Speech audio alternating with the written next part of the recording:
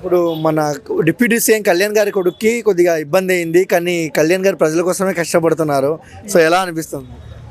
ఎలా అనిపించడం ఎందుకు ఇప్పుడు అది ఒక రకంగా చెప్పాలంటే ఆయన కొడుకు బాగాలేదు, అది మాటి మాటికి మాట్లాడడం అనేది ఒక సింపథిషన్ లాగా ఉంటుంది. ఎందుకంటే ఈయన ఏం మాట్లాడినా కానీ అపోజిషన్లో తగులుకోవడానికి బోల్డ్ మంది ఉన్నారు ఆయనకి, అంటే ఎదుర్కొంటలేరు.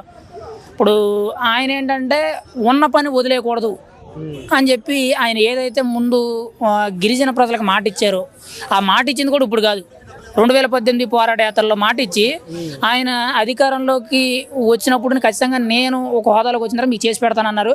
గతంలో ఆ మాటలు నమ్మారు. ఈరోజు అక్కడికి వెళ్ళి 2 రోజులు ఉంటానన్నారు. ఖచ్చితంగా అక్కడ ఏదైతే అభివృద్ధి పనులు ఉన్నాయో ఆ గతంలో ఎవరైతే ఇద్దరు మహిళలు ఉన్నారో, అంటే పెద్ద ఆవిడ ముసలు ఉన్నారో వాళ్ళు కలిసి పవన్ కళ్యాణ్ గారు అక్కడ పూజల కార్యక్రమాలు చేసి పనిచేశారు.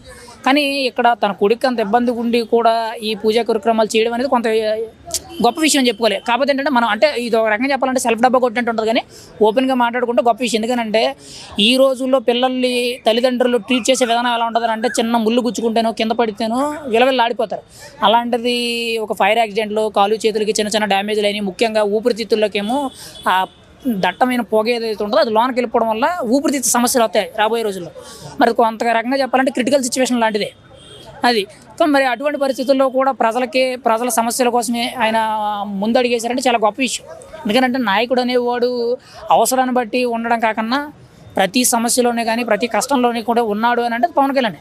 ఈరోజు తనకి ఏదో సమస్య ఉంది, నా కొడుకులకి అయ్యిందని చెప్పి అది వదిలేసి వెళ్ళిపోయింటే అదే నెగిటివ్గా మాట్లాడే వాళ్ళందరూ అక్కడ ఈ మాట ఇచ్చావు నువ్వు ఎందుకు చేయలేదని చెప్పి తిరిగి మాట్లాడతారు. అర్థమైందా? అంటే ఏ విధంగా చూసుకున్నా సరే పవన్ కళ్యాణ్ని కించపరిచే వాళ్ళు ఎక్కువగా ఉంటారు, మంచి చేసేవాడు ఎవరికి అవసరం లేదు.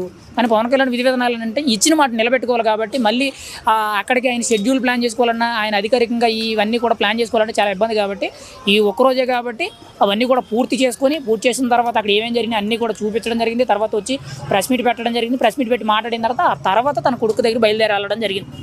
అది ఒక రకంగా చెప్పాలంటే కుటుంబం కంటే కూడా ప్రజాశ్రేయస్సు కోరుకునే నాయకుడు అని అంటే పవన్ కళ్యాణ్ అని చెప్పుకోవచ్చు. అటువంటి నాయకుడు దొరకడం అనేది చాలా అదృష్టం.